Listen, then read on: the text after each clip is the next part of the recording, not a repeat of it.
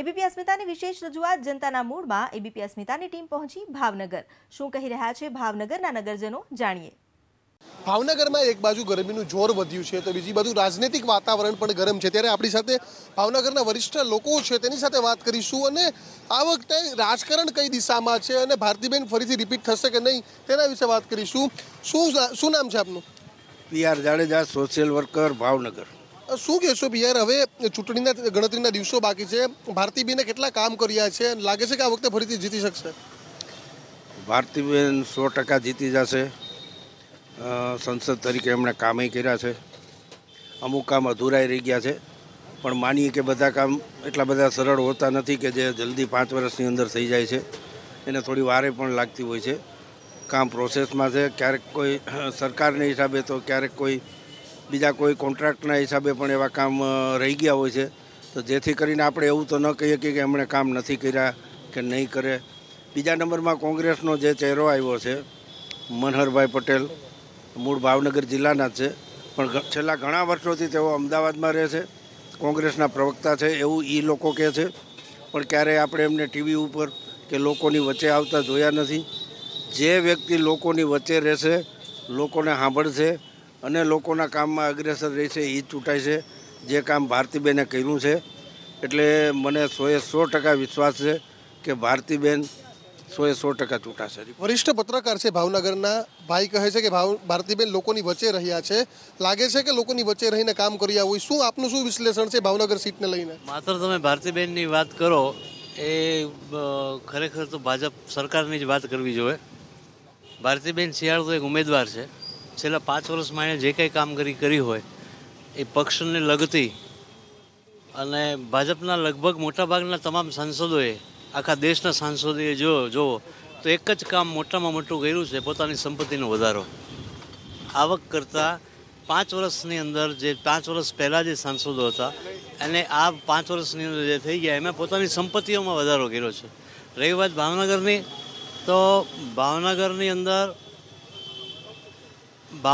અંદર ભારતીબેને કામો કર્યા છે, પણ ભાવનગરને જે શહેરનો વાતાવરણ મળવું જોઈએ, શહેરમાં જે વિકાસ થવો જોઈએ, ભાવનગર એક મોટું ગામડું ગણાય છે, માત્ર રોડ અને નળ અને પાણીના વિકાસથી વિકાસ થતો નથી।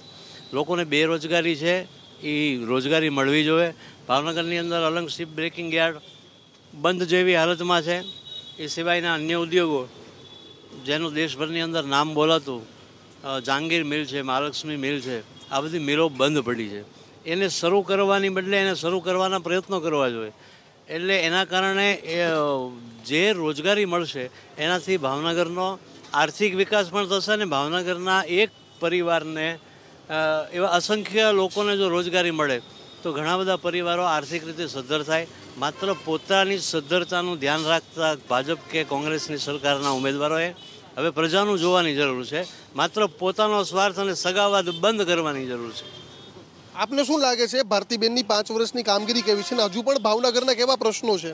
ભાવનગરની અંદર ધંધા નથી, ઉદ્યોગ નથી, વિકાસ નથી, કોઈ ફેક્ટરીઓ નથી, બધી બંધ પડી છે। ભાવનગરની અંદર રાજાશાહી હતી ત્યારે 50 થી 60 ફેક્ટરીઓ ધમધમતી હતી ને સારી રીતે હાલતી હતી।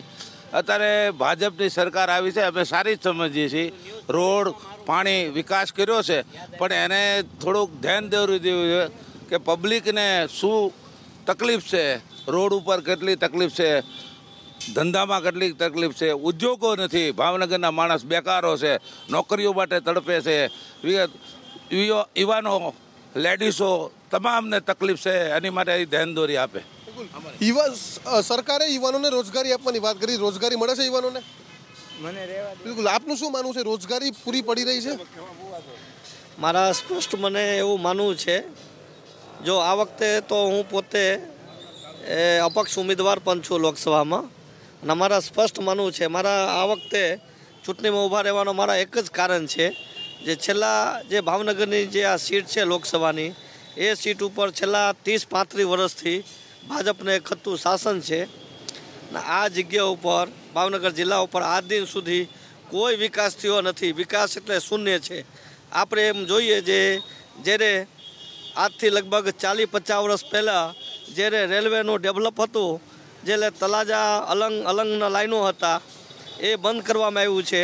આજથી લગભગ 8-10 વર્ષ પહેલાં મીટર ગેજ અમદાવાદ જતી હતી એની અંદર અત્યારે બંધ કરી અને જે બ્રોડ ગેજ સુરેન્દ્રનગર થઈને જે કરવામાં આવ્યું છે. હવે જો ભાવનગરના લોકોને અમદાવાદ જવું હોય તો ખરેખર જે બ્રોડ ગેજની સગવડતા હોય તો 3 કલાકની અંદર એ જઈ શકે. લેકિન આજે આપણા જે સાંસદો છે એના બેદરકારીના કારણે જે તે ટ્રાવેલ્સવાળા છે એની પાસે હપ્તા લઈ અને જે બ્રોડગેજ રેલવે છે એના બોટાદથી અમદાવાદના જે લાઇનનો વિકાસ કરવા જોઈએ. રેલવે સહિતના તમામ પ્રશ્નો છે. આપનું શું માનવું છે? આ મનહરભાઈ છે તે ફાઇટ આપી શકે એવું લાગે છે આપને? હા, મનોહરભાઈ ફાઇટ આપી શકશે. કઈ રીતે? કે મનોહરભાઈ જો ઔદ્યોગિક રીતે ભાવનગરને ભાંગી નાખવામાં આવ્યું છે.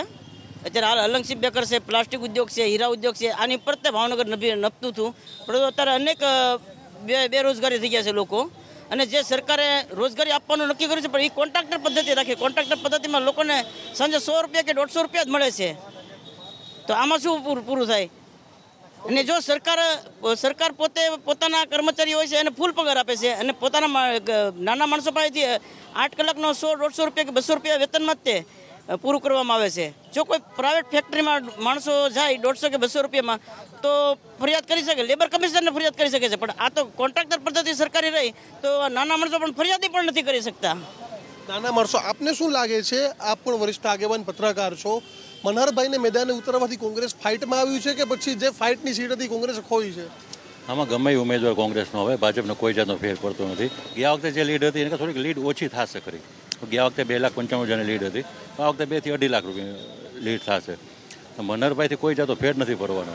દર વખતે ઉમેદવારો અલગ અલગ બદલાવતા. કોળી સમાજ મૂકે છે, ક્ષત્રિય સમાજ મૂકે છે. આ વખતે પટેલના લોકો ઉતાર્યા છે.